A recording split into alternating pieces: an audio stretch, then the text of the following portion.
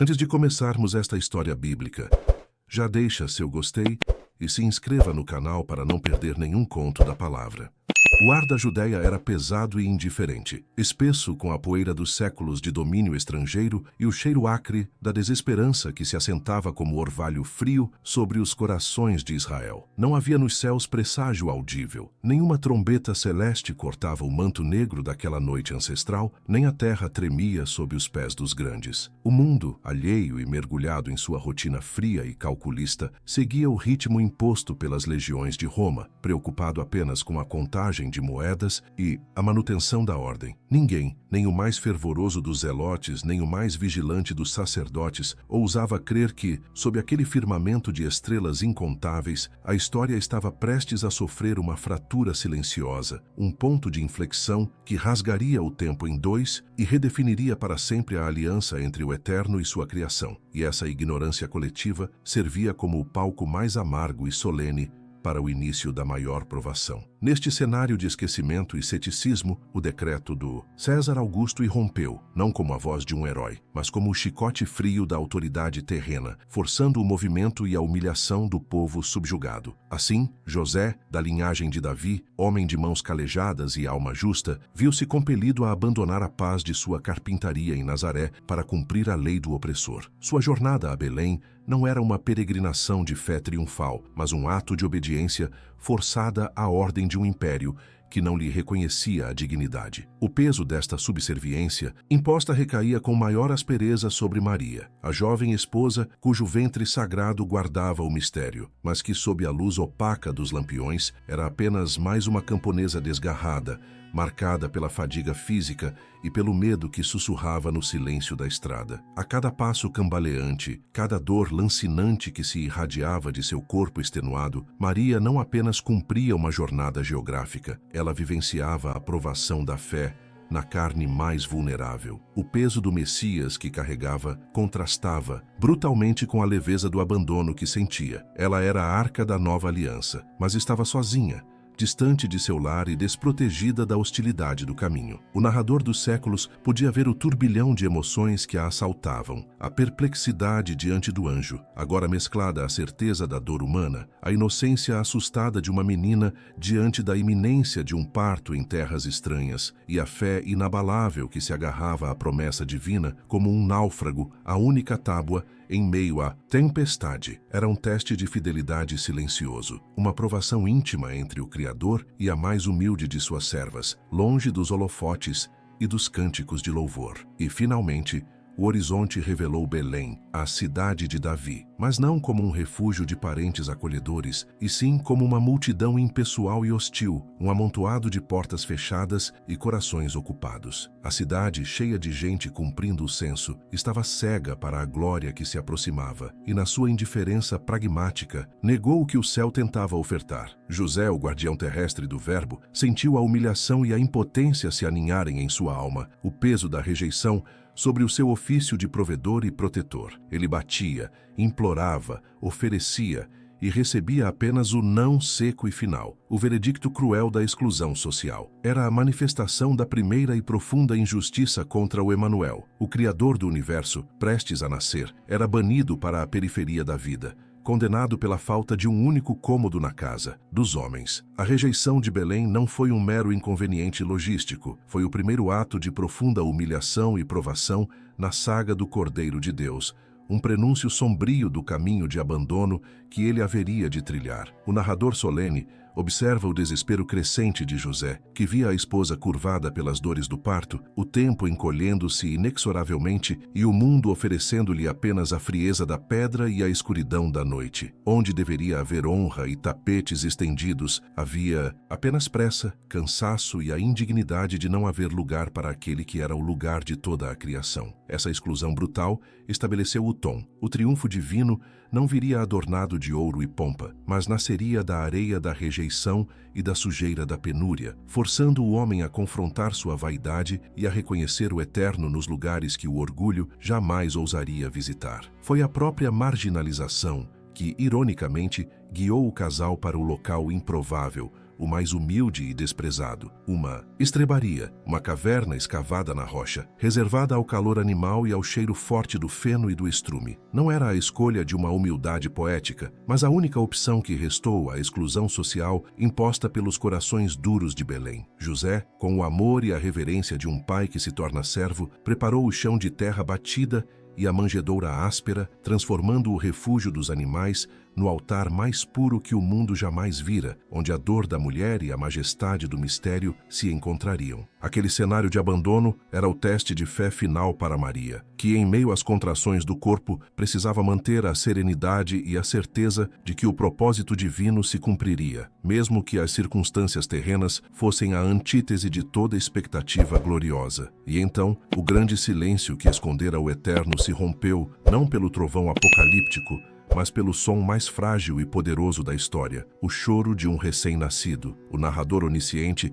desacelera o tempo para contemplar o contraste sensacionalista e brutal. Naquele momento exato, a palavra que sustentava as galáxias e media os oceanos estava envolta em pano simples, dependente do calor do feno e da respiração de uma mãe fatigada. Deus, na plenitude de seu poder, escolheu manifestar sua aliança e proteção através da vulnerabilidade absoluta. Maria, extenuada mas transfigurada pela revelação do propósito, olhava o filho com uma mistura de adoração aterrorizada e a ternura de uma mãe humana. Aquele bebê de mãos pequenas e lábios frágeis era o cumprimento inevitável da promessa, a prova de que a glória de Deus se manifesta com maior fulgor quando o mundo tenta aprisioná-la na miséria. Enquanto Belém dormia, protegida pelo seu sono indiferente e a falsa segurança da rotina, a periferia da cidade tornou-se o palco de uma teofania grandiosa. Os primeiros a testemunhar o triunfo da fidelidade não foram os príncipes,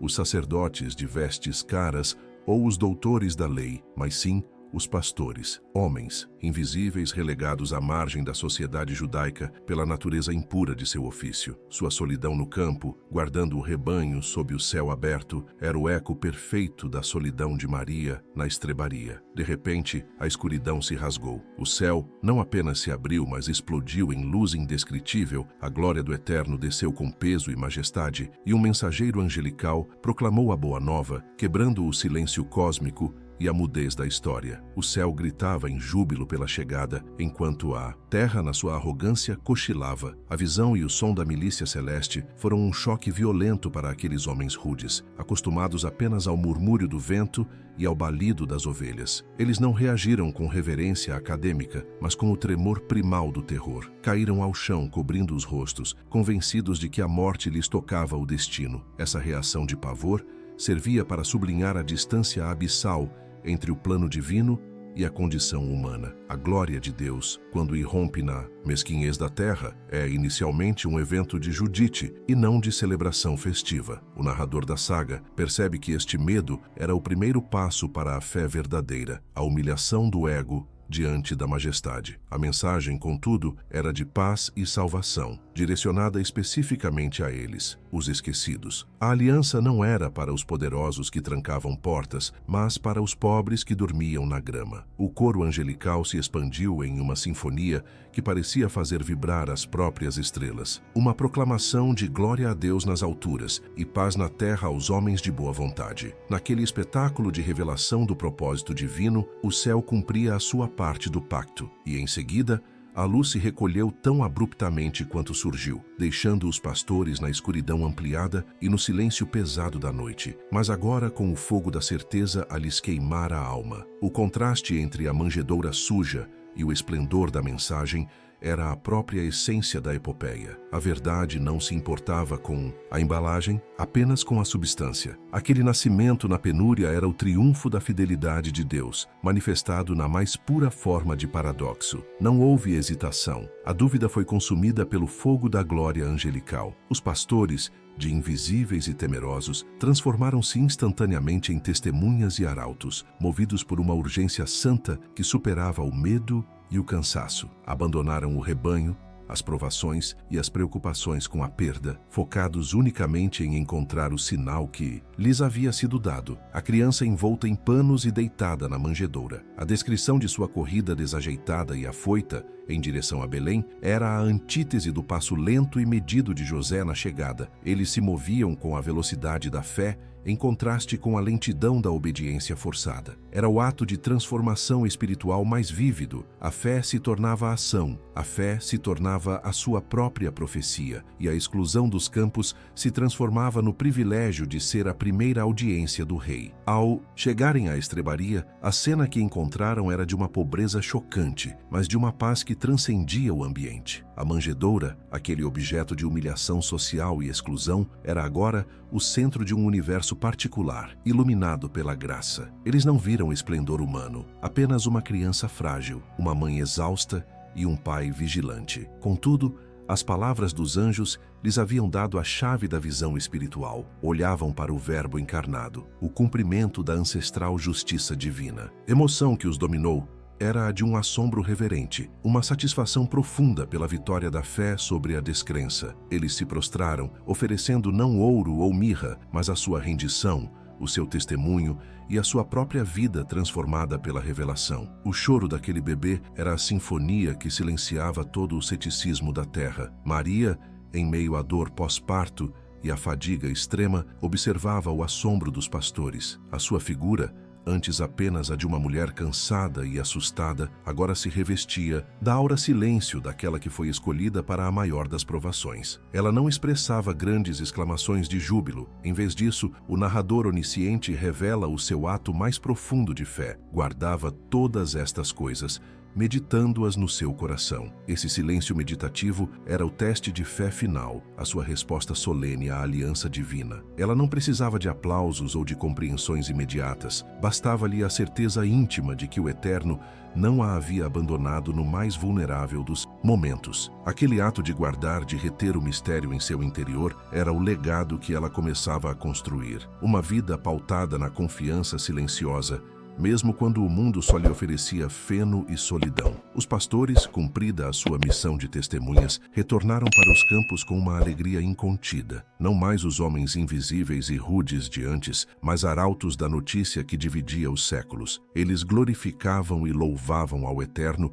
por tudo o que tinham visto e ouvido, e a sua voz, antes silenciada pela exclusão social, agora se elevava com a autoridade de quem tocou o inefável. O triunfo de sua fé não era uma recompensa material, mas a completa transformação espiritual que os elevava de párias a profetas. A cidade de Belém continuava a dormir, mas a periferia, o campo dos rejeitados, estava desperta e em festa. O contraste era estrondoso. O poder humano dormia, enquanto o poder divino era anunciado pelos humildes, uma crônica viva da justiça divina que escolhe o que é, desprezado para confundir o que é altivo. Mas enquanto o céu e a periferia vibravam em júbilo, um movimento de tensão silenciosa começava a se delinear nos corredores do poder e nos reinos distantes. Longe da manjedoura, no leste, reis sábios, homens dedicados à observação dos astros e à interpretação das profecias, sentiram a perturbação no tecido do cosmos. Uma estrela inquietante, que quebrava os padrões celestes, anunciava não apenas um nascimento, mas um confronto iminente. O narrador da epopeia cria a tensão dramática. O nascimento do Salvador não era apenas a promessa de esperança, era inerentemente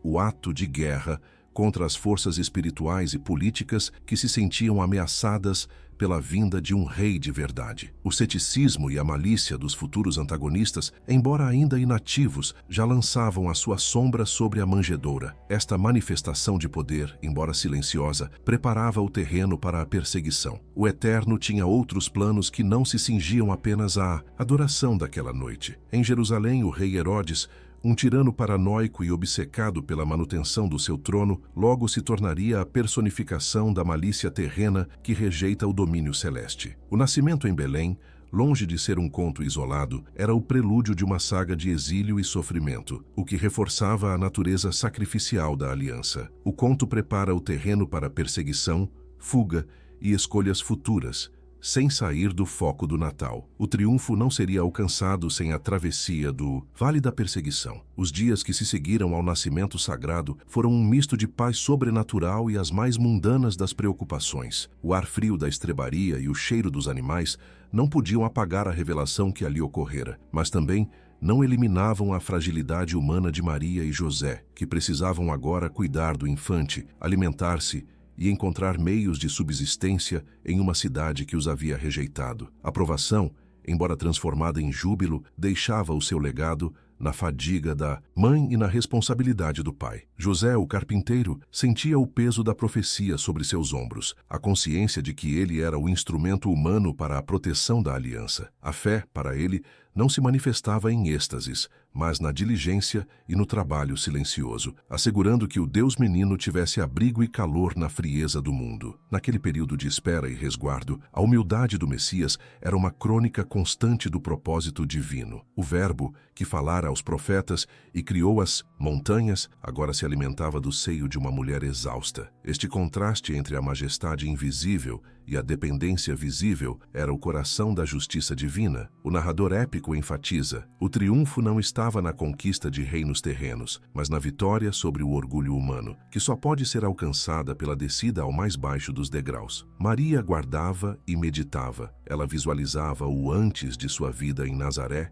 simples e pacata, e o depois, um destino que a atrelava para sempre à saga da redenção, aceitando a dor futura como parte inevitável do triunfo prometido. Passados alguns dias, o movimento dos reis do Oriente começou a perturbar a paz enganosa de Jerusalém. Estes magos, movidos não pela fé tradicional de Israel, mas pelo teste de fé da ciência e da sabedoria, atravessaram desertos e reinos, seguindo a estrela que era o sinal celeste da aliança. O seu surgimento na capital, procurando o rei dos judeus que havia nascido, rompeu o silêncio da indiferença e causou a indignação e o pânico nos corações dos antagonistas. Herodes, o idumeu, sentiu o chão de seu poder tremer. Sua malícia e ceticismo se manifestaram imediatamente em astúcia política e hipocrisia, planejando a eliminação da ameaça com o sorriso forçado do interesse religioso. A notícia do nascimento em Belém, levada por forasteiros, tornou-se a primeira arma de confronto. A hipocrisia de Herodes era a antítese da simplicidade de Maria. Ele fingia querer adorar aquele que em seu coração já havia condenado à morte. O narrador solene expõe a motivação mais profunda do tirano, o medo de perder o poder terreno, um medo que o levaria à mais cruel das injustiças. O ceticismo político do rei era cego para o propósito divino. Ele via apenas um rival, não o Salvador. Essa virada no destino, essa nova aprovação, mostrou a José e Maria que a proteção divina viria, mas exigiria sacrifício e fuga, reforçando a natureza épica da jornada. O triunfo não seria alcançado sem a travessia do Vale da Perseguição. A chegada dos sábios a Belém foi o segundo ato de triunfo daquela noite e o primeiro confronto indireto entre o poder celeste e a vaidade terrena. Eles não se deixaram enganar pelo cenário de pobreza e exclusão. Vendo a criança e Maria, prostraram-se em adoração, oferecendo presentes que eram profecias materializadas: o ouro, reconhecendo sua realeza, o incenso, sua divindade, e a mirra, prenunciando seu sacrifício e a dor inevitável. Este ato de adoração de reis estrangeiros era a justiça divina manifesta. Se você está gostando deste conto bíblico, inscreva-se no canal para acompanhar as próximas histórias. Continuemos. O mundo gentil, distante da aliança formal, reconhecia a glória que o próprio Israel, em sua maioria, ignorava. Era a antítese do "não há lugar para vocês" de Belém. O narrador onisciente revela o choque e o arrependimento que os magos poderiam ter sentido ao contemplar a vulnerabilidade do Deus que esperavam encontrar em um palácio. Contudo, a estrela e as suas profecias falavam mais alto que a razão. A sua fé, que os impulsionara através de desertos e perigos, foi recompensada com a revelação do propósito. O Eterno, no entanto, não os deixou cair na armadilha da malícia de Herodes. Em um sonho, a proteção divina se manifestou com clareza cristalina, o aviso de não retornar ao tirano. A obediência obediência imediata dos magos, que tomaram outro caminho para casa, foi o primeiro ato de resistência à injustiça, solidificando a aliança do menino com aqueles que o reconheciam. A ameaça, contudo, pairava sobre a sagrada família. A provação iminente não viria pela doença ou pela fome, mas pela violência do poder ciumento. José, o justo e obediente, recebeu o aviso em um sonho, a voz do céu, que o impelia à fuga, ao exílio no Egito. Não havia tempo para questionamentos teológicos ou para lamentações. O legado da profecia de Belém exigia a proteção do seu herdeiro a todo custo, o que significava transformar-se em um refugiado, abandonando a terra prometida pela segurança de uma nação estrangeira. Era uma humilhação necessária, um ato de profunda fé que confrontava a malícia com a obediência e a urgência. Naquela mesma noite, sob o manto pesado e indiferente do céu, José despertou Maria e o menino. O antes de sua vida em Nazaré e a fugaz paz em Belém davam lugar ao depois de uma jornada forçada, silenciosa e escura, em direção ao desconhecido. A fuga para o Egito era a crônica da justiça divina que, embora garantisse a redenção, exigia o sofrimento dos justos. O drama daquele movimento era intenso. A família do Criador do mundo fugia da maldade de uma criatura frágil e mortal. Era a transformação espiritual em ação. A fé de Maria e José era testada pela incerteza e pelo perigo, mas eles se moviam com a certeza de que a vontade superior guiava cada passo, tornando o exílio o cumprimento inevitável da promessa de segurança. A travessia do deserto rumo ao Egito, na escuridão e no frio, foi a materialização da provação. Maria, ainda em recuperação, e José, carregando o peso da responsabilidade e da incerteza, viam em cada duna de areia a vastidão da solidão imposta pela perseguição. Não eram mais apenas um casal fugindo de um censo, mas fugitivos de um rei sanguinário, e a dor do exílio transformava a sua fé em uma fortaleza de resignação e confiança. O narrador da saga percebe que o contraste entre a glória anunciada pelos anjos e a realidade de uma fuga noturna amplificava a epopeia da vulnerabilidade divina. O triunfo não estava na ausência de problemas, mas na capacidade de manter a fé inabalável, mesmo quando a manifestação da aliança exigia o abandono da pátria. Em Belém, a malícia de Herodes se transformou em fúria cega quando ele percebeu o ardil dos magos, e o ceticismo que os movia foi substituído pela certeza da ameaça. O seu ego ferido e a sua paranoia política resultaram no ato de extrema injustiça que mancharia o legado de seu reinado: o massacre dos inocentes. O grito das mães de Belém, que perderam seus filhos na brutalidade de um decreto, ecoou como o som mais agudo da história humana. O preço terrível da oposição ao propósito divino. A dor daquelas famílias era o reflexo sombrio da indiferença que Belém havia demonstrado na Noite Santa. O narrador solene, com a perspectiva da justiça divina, sublinha que este massacre era o cumprimento sombrio de uma profecia de luto e a demonstração da depravação que o poder terreno, quando desvinculado da verdade, pode alcançar. A inocência sacrificada na provação reforçava o papel sacrificial do Messias, que havia escapado por um fio de cabelo, guiado pela proteção de um anjo. O Egito, a antiga terra da escravidão, tornava-se o seu refúgio, uma ironia histórica que apenas o Eterno poderia arquitetar para cumprir sua aliança. Aquele tempo no exílio era o teste de fé para José, que devia ser o guardião de um segredo que o mundo tentava esmagar. Passaram-se anos sob o céu do Egito, em um silêncio pesado e o anonimato da vida de refugiados. Maria e José viram o menino crescer em sabedoria e graça, mas sempre sob o véu da discrição e da vigilância constante. A provação não havia terminado. Ela se transformara em uma longa e tediosa espera, o depois da grande revelação. Eles precisavam cultivar a fé, não no esplendor dos anjos, mas no prosaico do dia a dia. A transformação espiritual do casal se aprofundava na certeza de que a promessa se sustentava, não por sinais constantes, mas pela fidelidade contínua do Eterno. O triunfo para eles era simplesmente ver o amanhecer de cada novo dia com o filho seguro. Naquela estação de secas e luto, em Israel, o peso da tirania de Herodes finalmente cedeu. A justiça divina, que por vezes age com a lentidão dos séculos, não falhou em entregar o antagonista à sua própria malícia e ao seu fim sombrio. A morte de Herodes marcada pela dor e pela paranoia até o último suspiro, foi a primeira manifestação visível da retribuição, um alívio para a terra que ele havia manchado com o sangue dos inocentes. O seu ceticismo e a sua crueldade não puderam prevalecer contra o desígnio imutável do Eterno.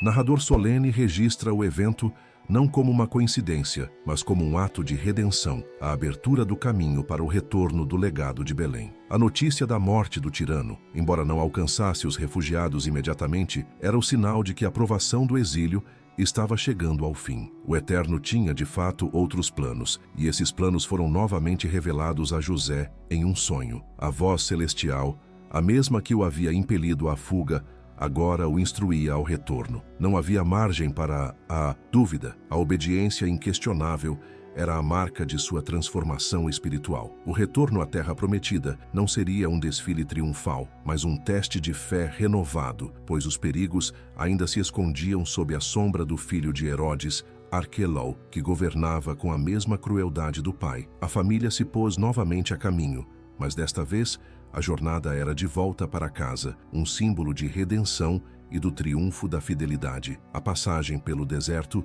antes marcada pela urgência da fuga, era agora tingida pela esperança, mas também pela vigilância cautelosa. O narrador onisciente enfatiza o contraste. O menino, que partira bebê e dependente, voltava criança, forte e consciente do mundo que o havia rejeitado, mas que lhe era, por direito, herança. Maria olhava para ele com uma reverência mais profunda, sabendo que a sua fé havia sustentado o Verbo na terra estrangeira e que a aliança estava viva. A prudência divina, ciente dos perigos que ainda existiam na Judéia, interveio novamente, desviando José de Belém e guiando-o de volta para Nazaré, na Galiléia. A cidade, que fora o ponto de partida de toda a aprovação, tornava-se agora o refúgio seguro para o crescimento do Messias. O retorno a Nazaré era o estabelecimento do legado da profecia. O menino seria chamado Nazareno, um termo de desprezo e exclusão, reforçando que seu triunfo viria da humildade e não da grandeza terrena. O antes do nascimento glorioso em Belém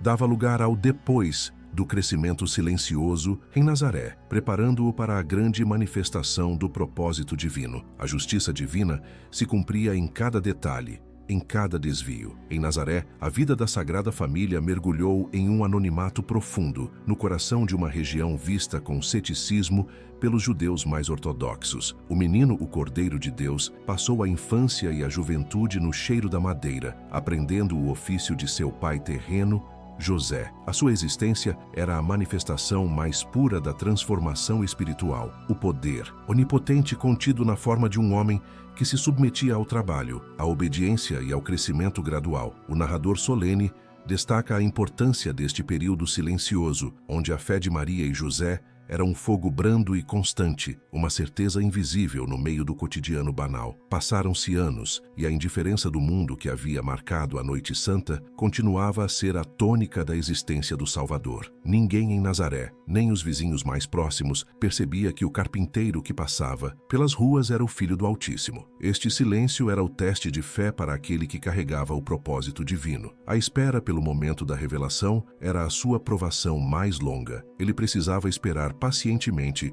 o cumprimento inevitável do cronograma do Eterno, renunciando ao uso prematuro de seu poder. Era o contraste vívido entre o potencial cósmico e a restrição humana. Naquela atmosfera de normalidade, a fé do jovem se manifestava em sabedoria crescente e em graça diante de Deus e dos homens. O legado da profecia de Belém era silenciosamente alimentado por sua pureza e sua obediência incondicional. Ele não filosofava sobre o destino, mas o vivia a cada respiração, preparando-se para a grande aliança que seria selada em sangue. O narrador épico revela que, mesmo no anonimato, sua presença era a proteção silenciosa sobre Israel, o cumprimento da promessa de que o Messias não viria apenas para reinar, mas para servir e redimir a humanidade em sua totalidade. O triunfo daquela noite, que começou na rejeição da manjedoura, encontrou sua próxima virada no destino quando o carpinteiro de Nazaré deixou a sua ferramenta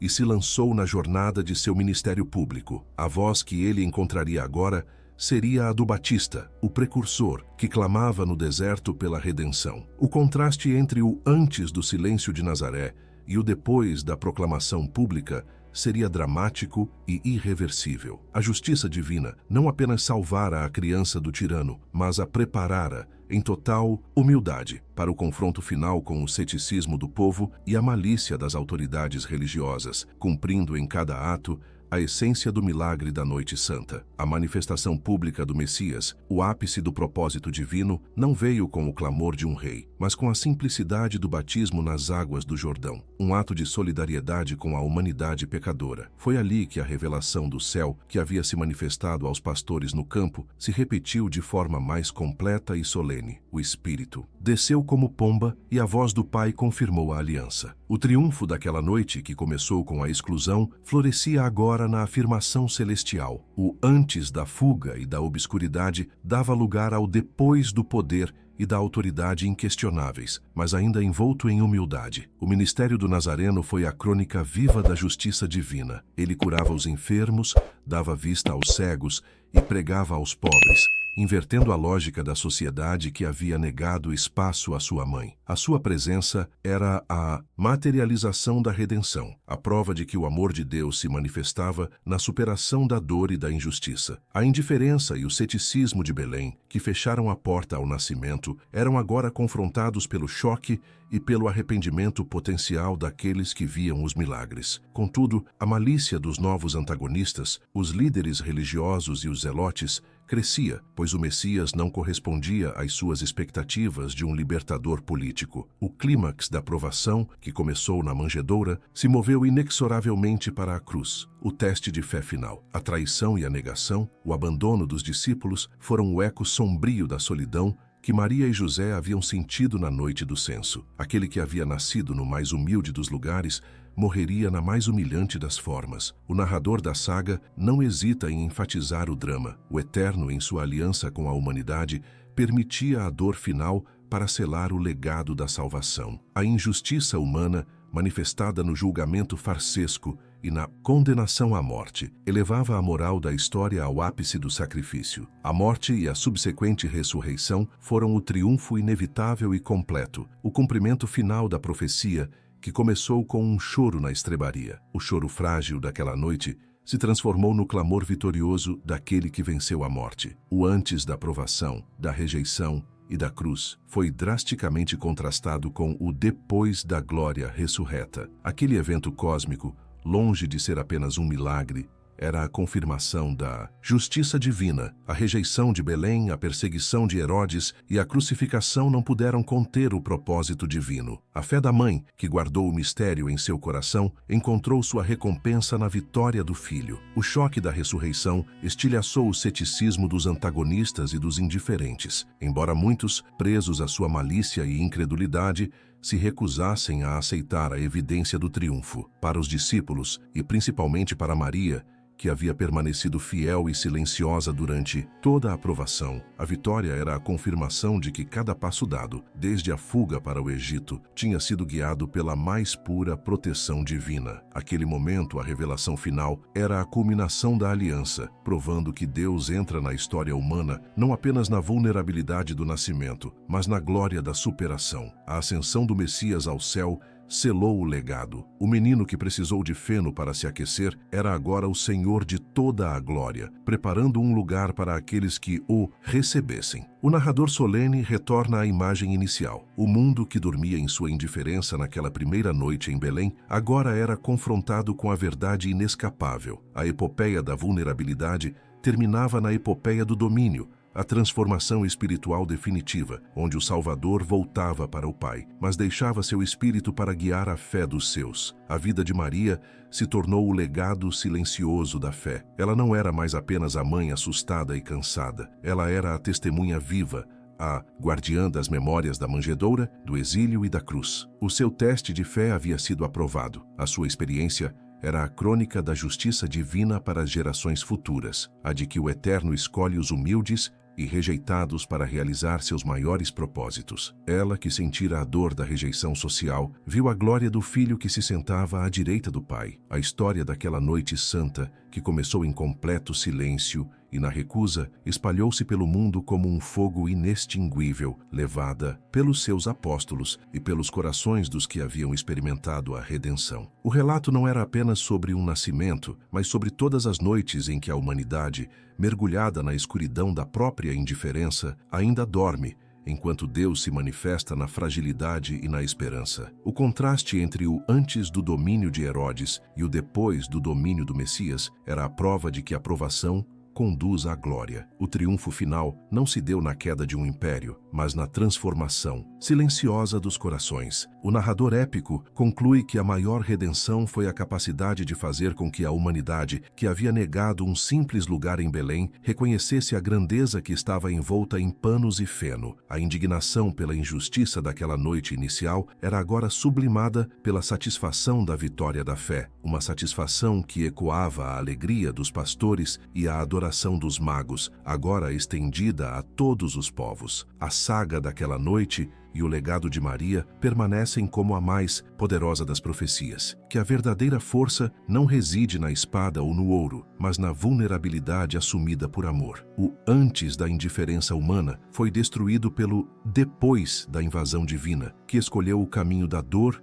e da humildade para alcançar a eternidade. Essa é a crônica de justiça divina. A humilhação do Deus menino se tornou o instrumento da exaltação de toda a criação. E assim, o mundo, que não percebera a quebra do silêncio, foi forçado a lidar com o barulho da fé, com a verdade inconveniente de que o Salvador havia nascido e se levantado. A cada Natal, a história daquela provação e triunfo se repete, lembrando que a majestade intervém nos bastidores da vida, longe dos palácios e dos grandes eventos, nos corações que, como a manjedoura, se abrem para receber aquele que não tinha lugar. A última imagem que permanece é poderosa e silenciosa, a de Maria, que não entendia tudo, mas guardava tudo. O seu ato de guardar e meditar no coração era a essência da fé que supera a prova e o exílio. Ela olhava o antes de sua vida simples em Nazaré e via o depois de sua vida ligada à eternidade. O relato finaliza com a reverência que a história impõe. A manjedoura, o símbolo da exclusão, tornou-se o altar do mundo, provando que a promessa é sempre cumprida,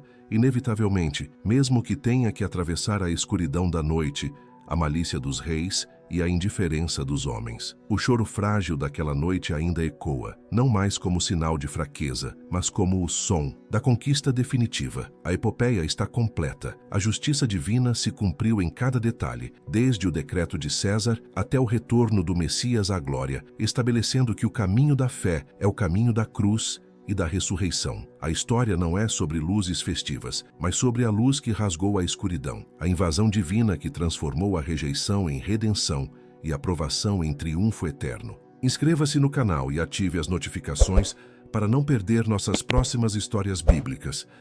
Esperamos vocês em um novo conto.